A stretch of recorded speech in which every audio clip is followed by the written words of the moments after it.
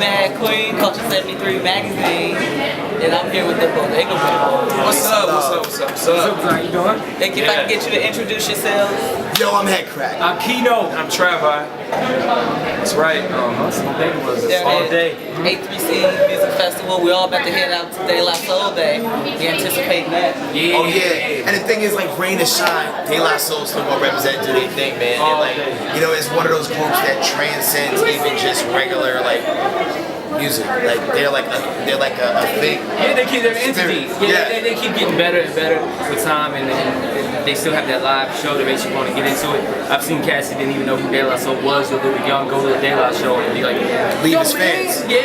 You realize that that song that you liked back in the day, you didn't know they made it until you went to the live show. You're like, I always liked it. Right, you get about like, yo, I forgot about that joint, you know what I'm saying? Yeah. So, what are we expecting from Bodega Brovas? Man, Bodega Brothers is about to drop an album called L.G.A. It's not named after the airport in New York. It's called Loaded Guns and Alcohol. Yeah. Guns And alcohol. What runs this country? Lobbyists who are selling guns and alcohol. We could have threw pharmaceuticals in there, but it doesn't have the same ring as Loaded Guns and Alcohol. We actually kicked it around. Loaded Guns, alcohol, pharmaceuticals. That's right, and the thing is like Loaded Guns and alcohol. It's like a powder keg of energy, because yo, it's mad random. What's gonna happen? You got Loaded Guns and some alcohol? I got an idea. Yeah. The album is exactly what it states. So yeah, it touches life, you know, basic, you know what I'm saying, basic things that people go through, good and bad. Not just a party album, not just a life lesson album. It's Like, it's almost like the movie Boyhood, how like it took like 12 years to make that movie. L.G.A. is like a snapshot into like some of the darkest years of our lives. Because like yo, we were going through hell making this record personally, and like it happened at the worst and best time because it wrote the songs for us. Shout out to the Brown Bag All Stars DJ Revolution, who just signed us to his record label ATW Records.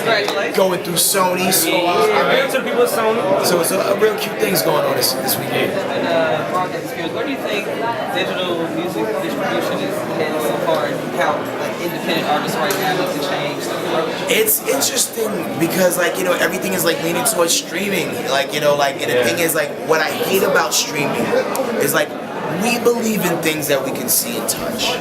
You know what I mean? Like, you know, like it's one thing to have a DVD, it's another thing to stream a DVD. I think you don't care as much about things that you can't physically put your hands on. It's psychological. It's kind of like the difference between cash and a credit card.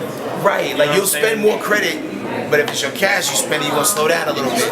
So I think it's actually, streaming is actually helping devalue music and make it less of a passive thing. As you can see, over the last 15, 20 years, less and less people have been buying music because they either downloading it illegally and now they're streaming legally, but the artists are still not really getting a ton of money from that. It's not like it was the market, the profit margin is not the same. You know what I'm saying? And like, let's say for instance, printing up a CD for like $1 a CD or whatever. Yo, you selling that back in the day for like $10 to $12. That's a hell of a profit. So if you move, but it's not like that with streaming. Because like, look, if you have like a subscription with a Spotify or Apple Music, you're paying $9.99, $14.99 a month for a project. So you have to really love an artist to want to pay that money to buy their album. If you could just stream it for free because you're already paying the subscription. You already got, it's like, why? So it puts you out there on the road having to tap dance and dance a little jig to get the people to support and buy your music or your shirt or wherever you're selling a little Yassa Boss dance. You know what I'm saying? So like it's a grind. Like the artist gotta really go out there and work, which is so fun about seeing Bodega Brothers perform live. Like we go on out there, we put on a show. In most situations, people don't know what the hell is going on. They see a black, white, and Latino and they think it's a setup for a joke. But then next thing you know, we walk into a room and right? And then by song 3, we got them. Why? Because we study some of the best people who have ever performed. Like they don't and we take it so seriously. Like, you know, it's amazing. Sometimes I'll talk to people about hip hop and I'll be like, yeah, like you ever heard of, I don't know, Ice-T? Why would I hear of Ice-T? The guy from Law and Order? I was born in 1997. Like that's one thing.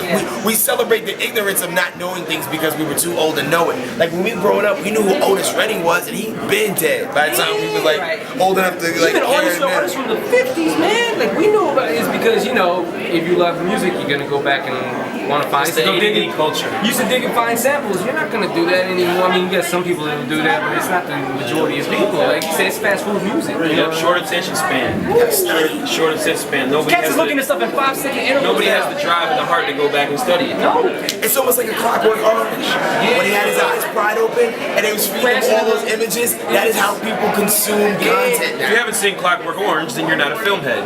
Do you all do more radio listening or do you do more stream listening? As it relates to radio, I don't really listen to terrestrial radio that much because they don't play anything I like. And like most of the jocks can't talk for like a long period of time. It's like more than 30 seconds. Can I get that 30 seconds? Sell me something. Like you have to hurry up and get in and out in like 20 seconds. So like I don't really like terrestrial radio that much because the freedom from the jocks is going. You don't know anything about their personalities. I listen to a lot of satellite. I listen to a lot of podcasts and interviews on YouTube. Yeah, it's pretty much the same with me. That and a lot of talk radio. With me, it's the same thing. A lot of sports radio, and, podcasts, and like the Combat Jack Show and other shows like that are my favorite. Juan Epstein. Yeah. Those are some of the Michael Rappaport. Yeah, Michael Rappaport podcast. If you have not had a chance to check out the Michael Rappaport podcast, This is Rappaport. You have got to check it out. It's incredibly insane. But back to Bodega Brothers. Back to Bodega.